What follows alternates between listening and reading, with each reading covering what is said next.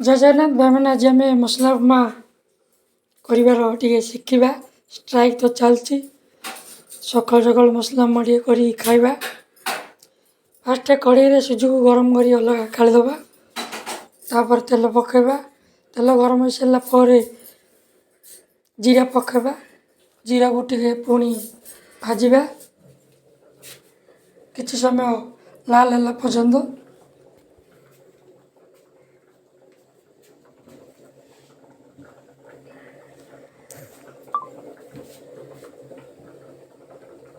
ଏବେ ପିଆଜ ପକାଇଦେବା। ପିଆଜଟାକୁ ବି କିଛି ସମୟ ଲାଲ ହେଲା ପର୍ଯ୍ୟନ୍ତ ଭାଜିବା। ତାପରେ ଟମାଟୋ ପିଆଜ ମିକ୍ସ କରି ବରାବର ଭାଜିବା।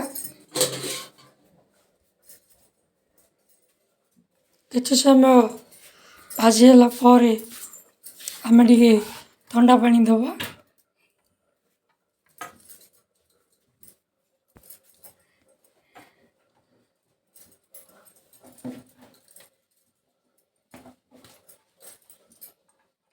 ହଳଦୀ ଗୁଣ୍ଡ ଟିକେ ପକାଇବା।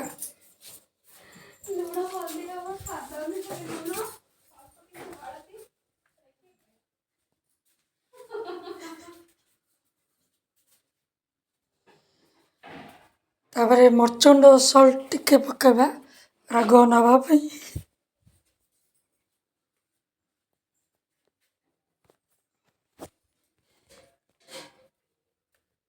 କଞ୍ଚା ଲଙ୍କା ଦିଆଯାଏ, କଞ୍ଚା ଲଙ୍କା ଆପଣମାନେ ଆଗରୁ ପକାଇ ପାରିବେ। ଆମର କୁନି ଝିଅ ମସଲା ଉପମା ଆଜି ଖାଇବ, ସେଇଥିପାଇଁ ବନା ହେଉଛି।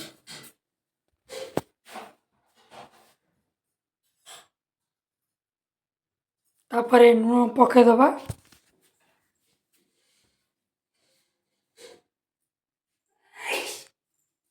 ବେଶୀ ପକାନା, ଲୁଣିଆ ହେଇଯିବ।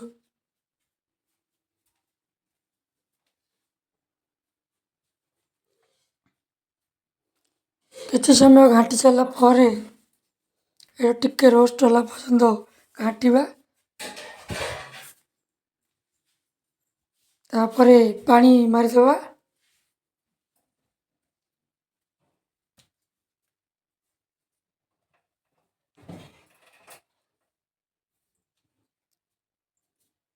ଦେଖନ୍ତୁ ପାଣି ପକା ହେଲା, ଆଉ ଟିକେ ବି ପାଣି ପଡ଼ିବ।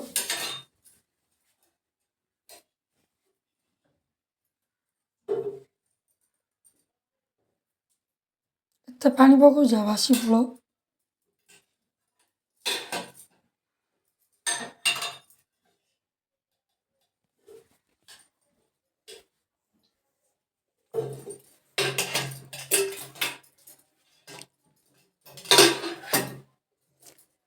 ଟିକେ ପାଣିଟା ଫୁଟିଲା ପର୍ଯ୍ୟନ୍ତ ଘୋଡ଼େଇକି ରଖିବେ। ପାଣିଟା ଫୁଟି ସାରିଲା ପରେ ଆପଣମାନେ ସୁଜିଟାକୁ ପକାଇବେ। ପକାଇକିରି ଗୋଟେ ହାତରେ ପକାଇ ଗୋଟେ ହାତରେ ଘାଣ୍ଟିବେ।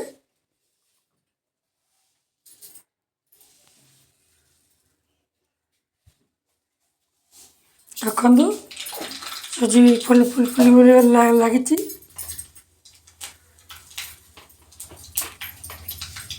ଷ୍ଟ୍ରାଇକ୍କୁ ତ ଗାଡ଼ି ଗୁଡ଼ା ବନ୍ଦ, ଖର୍ଚ୍ଚ ଯିବାକୁ ନାହିଁ, ତ ଘରେ ବନେଇକିରି ଖାଇକି ଶାନ୍ତିରେ ଶୋଇବା କଥା। କ'ଣ କରିବା, ଏଇ ତ ଜୀବନ ଆଉ।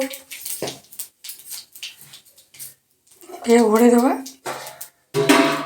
ଘୋଡ଼େଇ ସାରିଲା ପରେ ସୁଜି ରେଡ଼ି ହେଇଥିବ।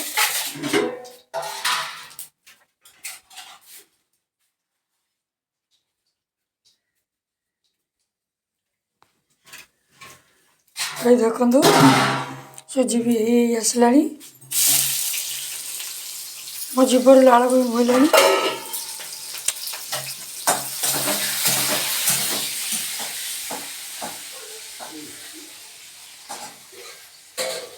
ଘାଟ ଭଲକି ଘାଟ। ସୁଜି ହେଇଗଲା ଭାଇମାନେ, ଆଉ କିଛି ସମୟ ଅପେକ୍ଷାର ଶେଷ ହେବ।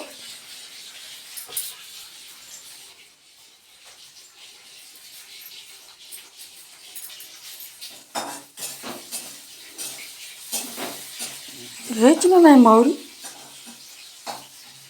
ହେଇଗଲାଣି।